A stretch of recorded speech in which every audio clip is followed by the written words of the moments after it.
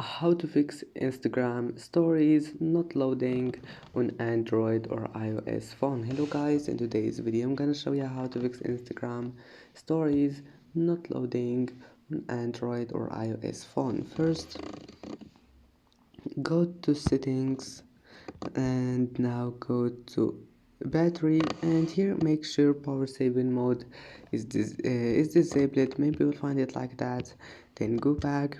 Now just go to your storage, just clean some space, or you can just delete some photos and videos. And if that doesn't fix your problem and you have enough space, then go to Play Store, make sure your Instagram is updated. And if you did all of those, just then it means that you need to uninstall your Instagram and install it again. And that's it. Don't forget to like, and see you in the next video.